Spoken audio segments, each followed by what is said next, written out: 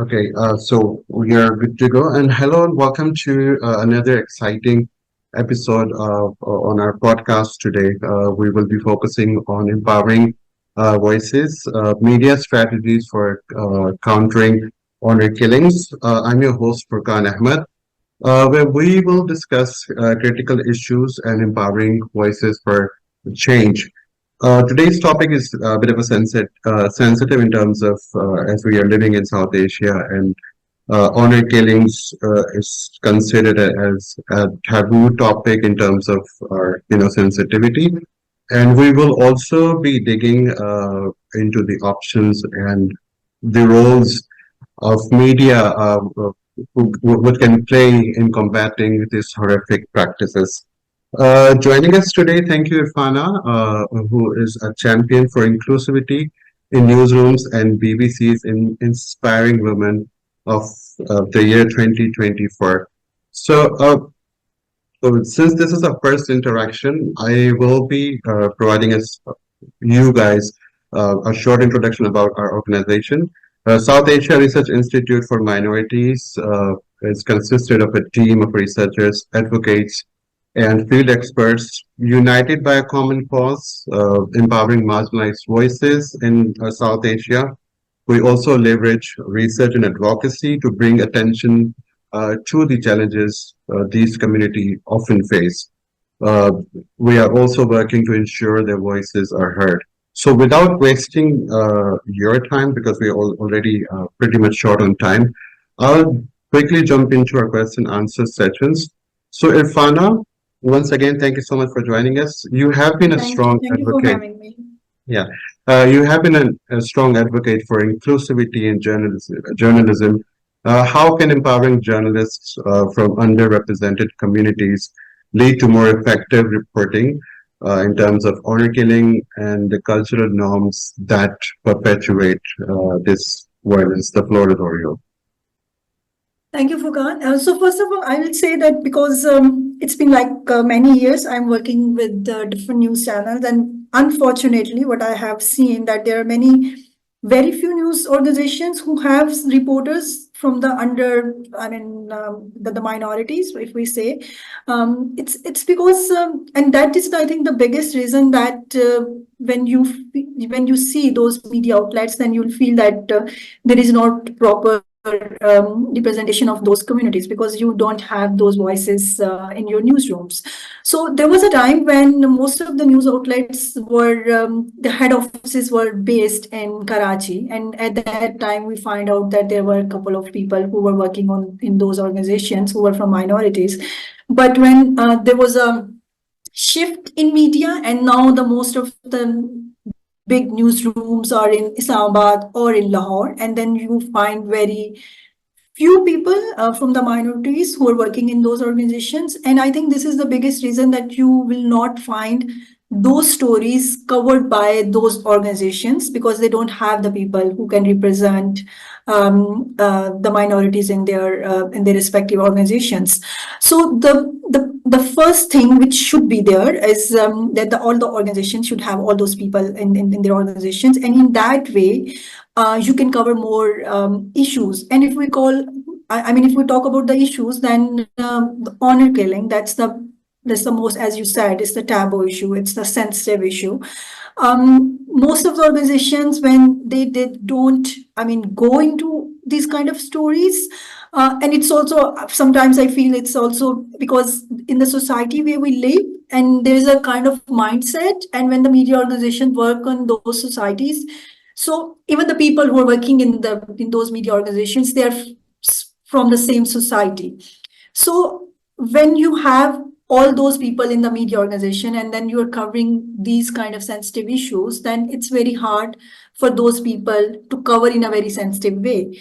Um, you can do it if you have the representative of those communities. So I will say that first of all the media organizations, and now I know that there are a couple of organizations who are trying to sensitize the media, and there are people who are now talking about the inclusiveness, not only about the inclusiveness in terms of that you should have more women voices, but in terms that you should have more diverse kind of people in your media organizations. And whenever it's I mean, the fact, and in all over the world now, when the people talk about the inclusiveness, so it's not that inclusiveness means that you cover those stories. It also means that your newsrooms should have diverse kind of people. The newsrooms should have women voices. The newsrooms should have the people from the underrepresented communities. The women, the newsrooms should have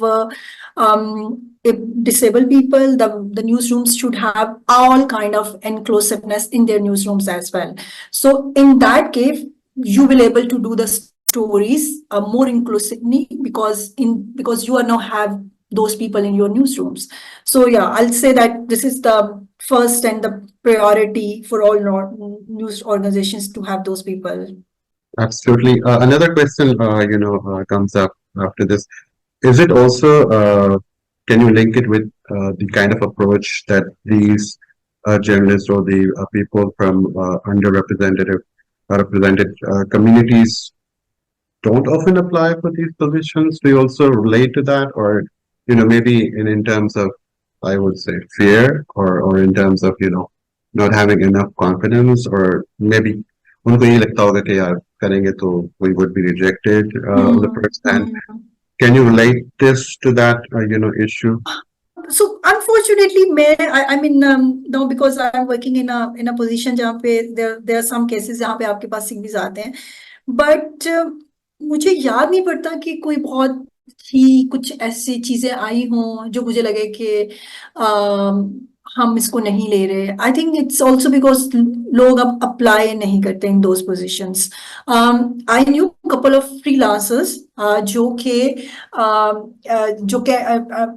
इस community, under representative community से हैं, और they send pitches, और वो इस तरह stories भेजते हैं, और you can actually feel the difference. जो अंडर रिप्रेजेंटेटिव कम्युनिटी से अगर आपके पास कोई पिच आती है तो it's always about them, because in that case you can say कि जब आप उस कम्युनिटी से कोई स्टोरी करवाना चाहेंगे कि because I mean, they have their in their minds कि उनकी communities में क्या issue हैं, और they will pitch the stories in that way. लेकिन अगर आप कोई दूसरा बंदा जो है, when that person will try to do the story, तो वो शायद किसी और एंगल से करेगा. तो I think I'm not sure about the other organizations, लेकिन मैं जिन organizations में काम करती रही हूँ, I don't feel कि it's because के लोग उनको रखना नहीं चाहते. It's also because के उस तरफ से आपको उतनी एप्लीकेशंस या इतना रेफरेंसेस मिलते नहीं है कि लोग आए और उनके अंदर काम. So moving on to another question, like beyond just reporting on incidents, how can media platforms be leveraged to create educational content and foster community dialogue that challenges the social acceptance of honor killing?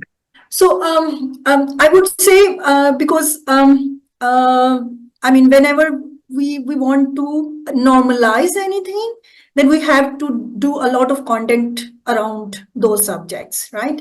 So because when I start working with my recent organization, at that time we used to do the stories like the women stories. If there's a woman who is riding a bike, if there's a woman who's running a shop, if there is a woman who has done who is doing any business.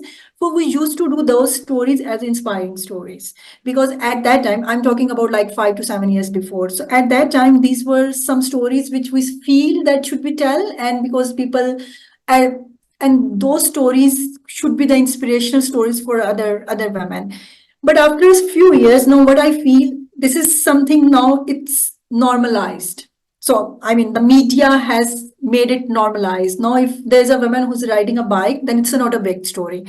And when there are certain organizations who try to do these kind of stories, then the other media platforms also forward them, and you'll feel that there will be a lot of stories around those women, or around, even if you talk about transgenders.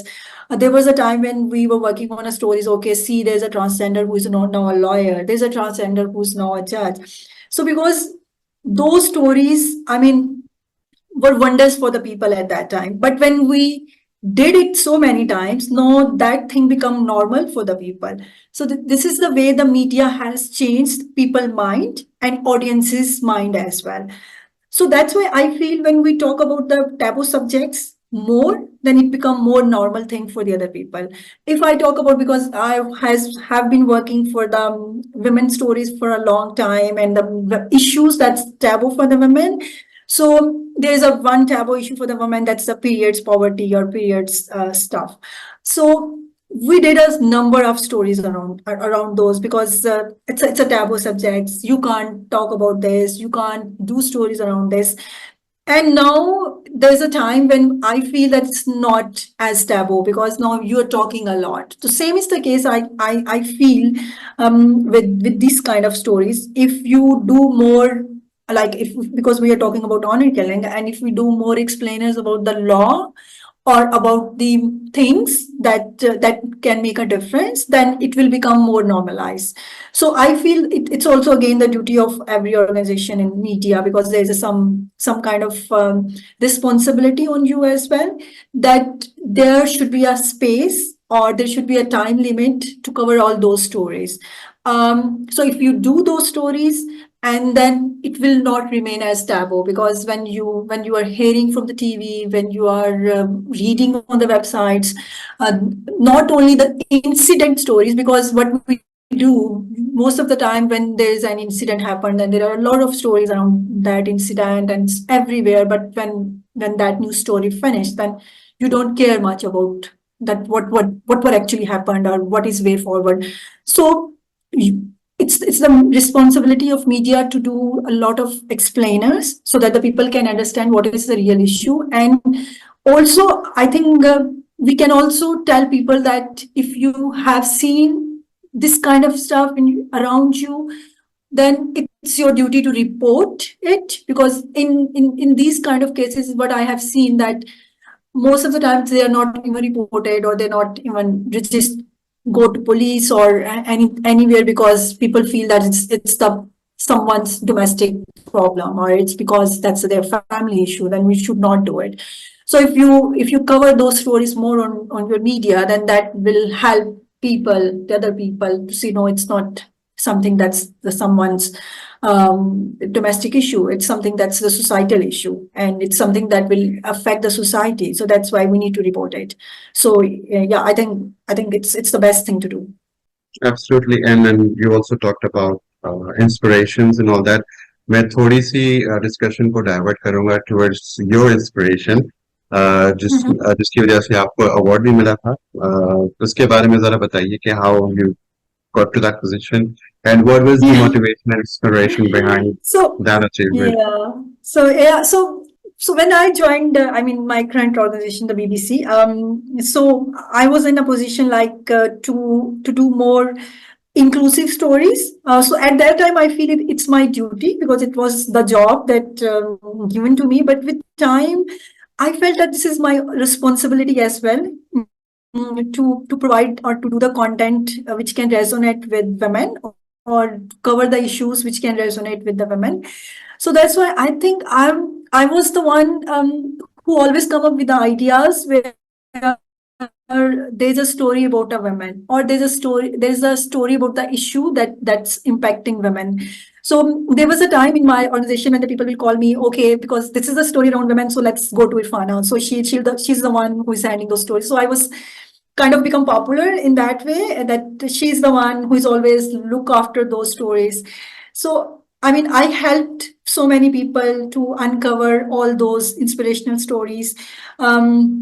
And not only to cover those inspirational stories, so I did a project with the BBC, that I actually hunted fresh talent from the different small cities of Pakistan, and because and then asked them to do the vlogs about their cities. So the cities were like, if we talk about Sindh, then there were some young women from Hyderabad, from other parts of Sindh as well. Then there was some women from Gujranwala, from Faisalabad. These are the cities in Punjab.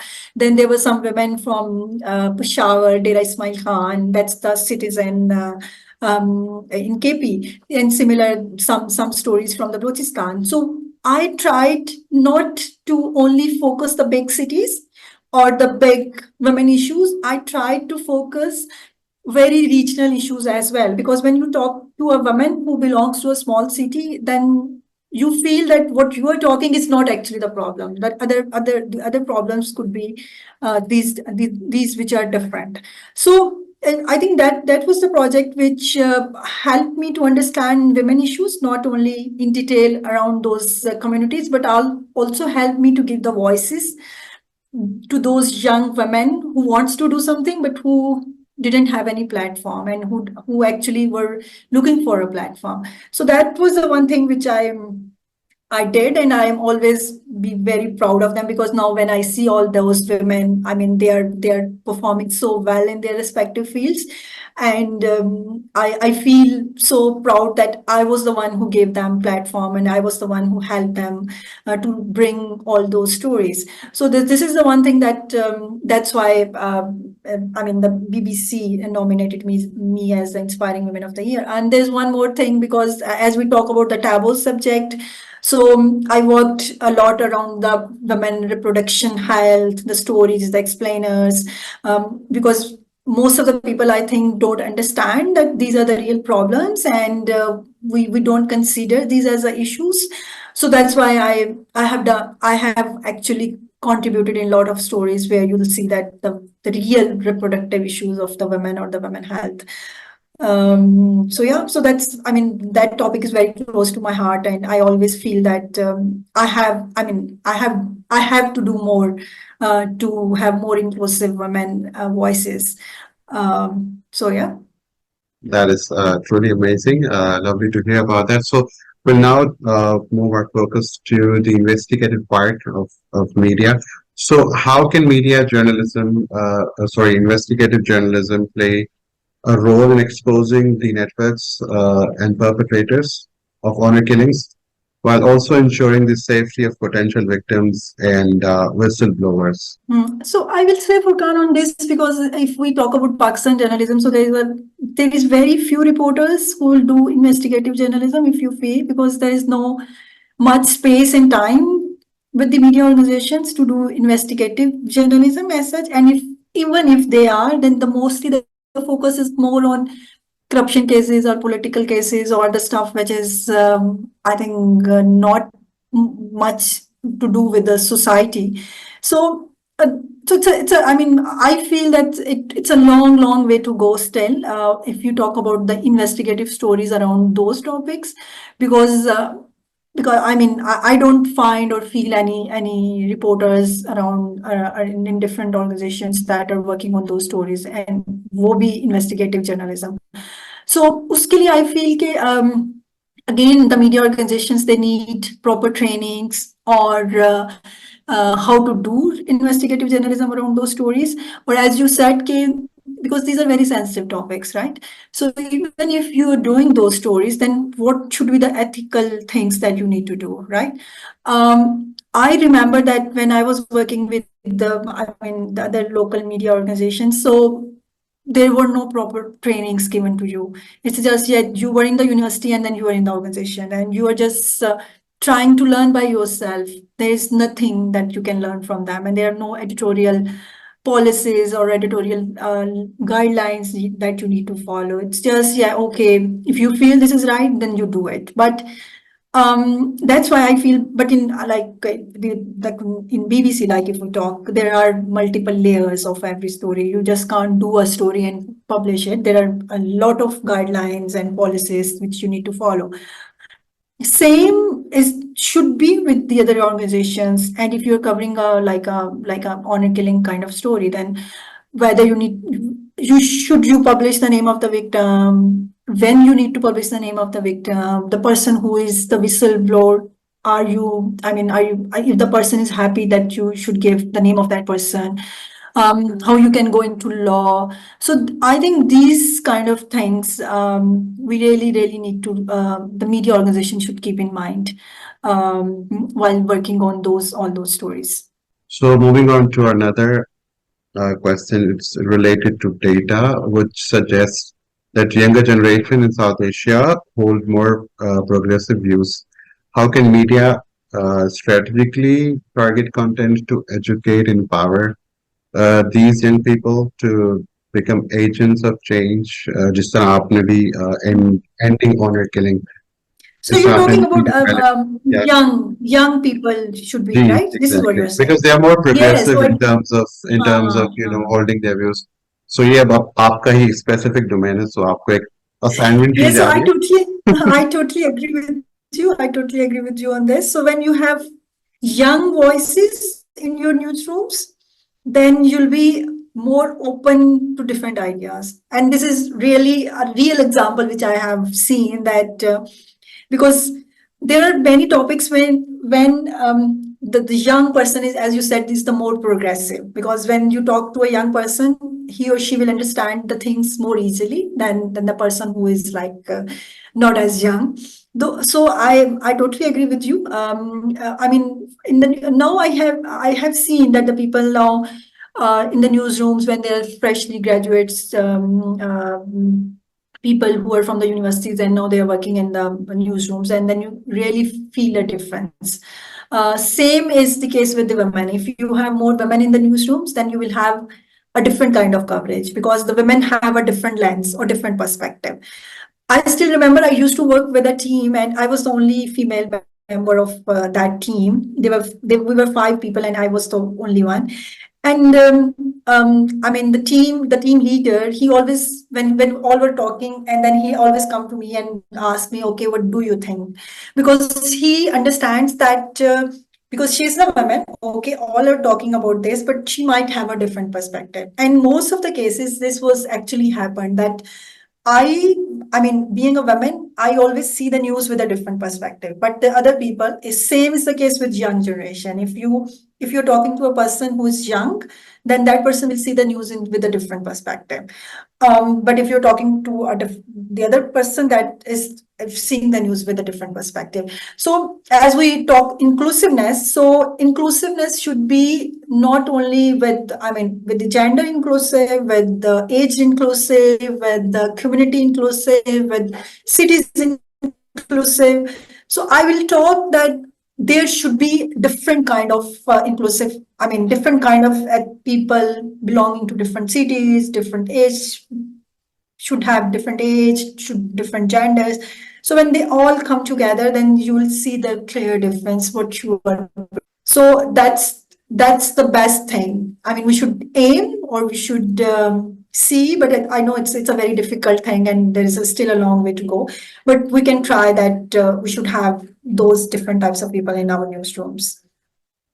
Thank you. अच्छा इसमें strategic क्या होनी चाहिए, like in terms of target those content, those to educate the young people. क्या strategy आप suggest करेंगे to overcome this? Are we talking strategy for media houses, or are we Yeah, talking yeah, strategy yeah. I'm for talking about the media strategy houses? for media houses. Yeah, to target those young, or to So reach out yes. those. Yeah. So for this, I will say कि क्योंकि अब हम बहुत ज़्यादा digital media की बात करते हैं, right? और there's young people on digital media. और जब आप कोई भी stats देखते हैं, you will feel कि आपका even when you are even something producing on the YouTube, you will go into stats और आपको पता लगेगा जी कि इस एज से इस एज के बच्चों ने ये वीडियो देखी, इस एज के लोगों ने नहीं देखी. So this is a clear stats कि आपको समझ आ जाती है कि आपका कंटेंट कौन देख रहा है. सो इफ यू वांट कि वो कंटेंट जो है वो यंग जनरेशन भी देखे, बिकॉज अगर यंग जनरेशन देख रही है तो आपके ऊपर ओवरऑल बिजनेस पे भी फर्क पड़ रहा है, right? Then you should have young minds in your teams, क्योंकि if you will have those young members in your team, तो आपके ideas जो आप वो लेके आएंगे, that should resonate more with the young audiences. So I think it's a very interconnected. Media organisation को strategise इस तरह ही करना चाहिए कि अगर वो अपने बिजनेस को बढ़ाना चाहते हैं, इट्स नॉट ओनली कि आप ले आए और आप लोग कहेंगे कि इसने देखे इतने लोग यंग रख लिए हैं. इट्स ऑल्सो बिकॉज उससे आपके बिजनेस पे भी फर्क पड़ रहा है. Same I will say with the women audiences. हम जब भी कोई भी चीज पब्लिक करते हैं तो हम जाके देखते हैं कि विमेन ऑडियंसेस आपको कितनी मिली है. अगर तो विमेन ऑडियंसेस आपको नहीं मिल रही तो इसका मतलब है there is something wrong with your content. क्यों नहीं हुआ आपका content? So if you will have women voices in your problem है, women are not watching your content क्योंकि you not talking about them, और यू आर नॉट. अगर आप मुझे पूछें कि मुझे कोई भी न्यूज स्टोरी जो है वो किस तरह I want to rate, so this should be the representative from a woman right? तो अगर वही बात आप न्यूज रूम में कर रहे हैं because you are a woman and उससे नहीं ये क्या बकवास हो रही है, I will not read it, तो वो आप क्यों भैया आप नहीं रीड करेंगे because I don't understand it और I don't want it to do in this way, so I am representative a woman as a woman, तो आपको अपना कंटेंट जो वो टेलर करना पड़ेगा और अगर आप अपना कंटेंट टेलर करेंगे then you will have I mean more audiences in terms of young audiences as well as in terms of women audiences. Cultural sensitivities of journalists often face when reporting on honor killings, and how can they navigate or can be navigated ethically and effectively. Ethical part तो आपने बता दिया था उसकी effectiveness के पास. Yeah, I think navigate. We talked about it little bit in other questions, like, but I will say again, that you have to sensitize the people in your newsroom, and I will again say you how you need to sensitize them. You have to bring diverse voices in those newsrooms, right? If there is no second voice, then you can't sensitize. So there should be other voices as well, women voices or the people who are from underrepresented communities, or the person who are actually looking into these kind of issues. अगर आपके पास इस तरह के diverse लोग होंगे आपके news rooms के अंदर, then I think then in that way you will able to cover those challenges, क्योंकि अगर if in the newsroom कोई there is a person जो कह रहा है कि नहीं हम ये story cover नहीं करेंगे, there is a story, and there is another person जो that person really wants to cover those stories or that person really think that we should cover those stories, तो वो एक दूसरी voice तो मिलेगी ना. There should not be one person who is deciding everything. There should be another voice. So I will say कि आप challenges को इसी तरह कम कर सकते हैं अगर आप डाइवर्सिटी लेके आते हैं अपने न्यूज रूम्स में, या आप सेंसिटाइज कर सकते हैं कि ये इश्यूज जो हैं इनको कवर करना भी कितना जरूरी है, और ये if you do it then how they can be, I mean, take a part as a in a society. So and ethically I think we talked about it कि उसके लिए you need trainings. I mean you can't just see क्या लोग क्या कर रहे हैं, you have to give them trainings कि आप किसी भी इस तरह की स्टोरी को करने के लिए what kind of ethics you need.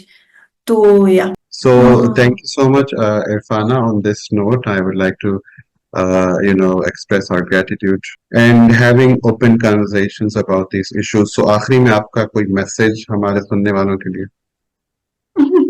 Okay, so I'll give the message to again media organizations because I advocate inclusiveness and particularly for women. So I will say that whenever you are, I mean, producing any content, just keep in mind that there are I mean a lot of women on digital media who wants to consume your content, and it's your responsibility to tailor the content in a way that they can consume. And please do, I mean, talk about those issues, those taboo issues, which we usually used not to, but now it's the time to talk all those issues. Thank you very much indeed.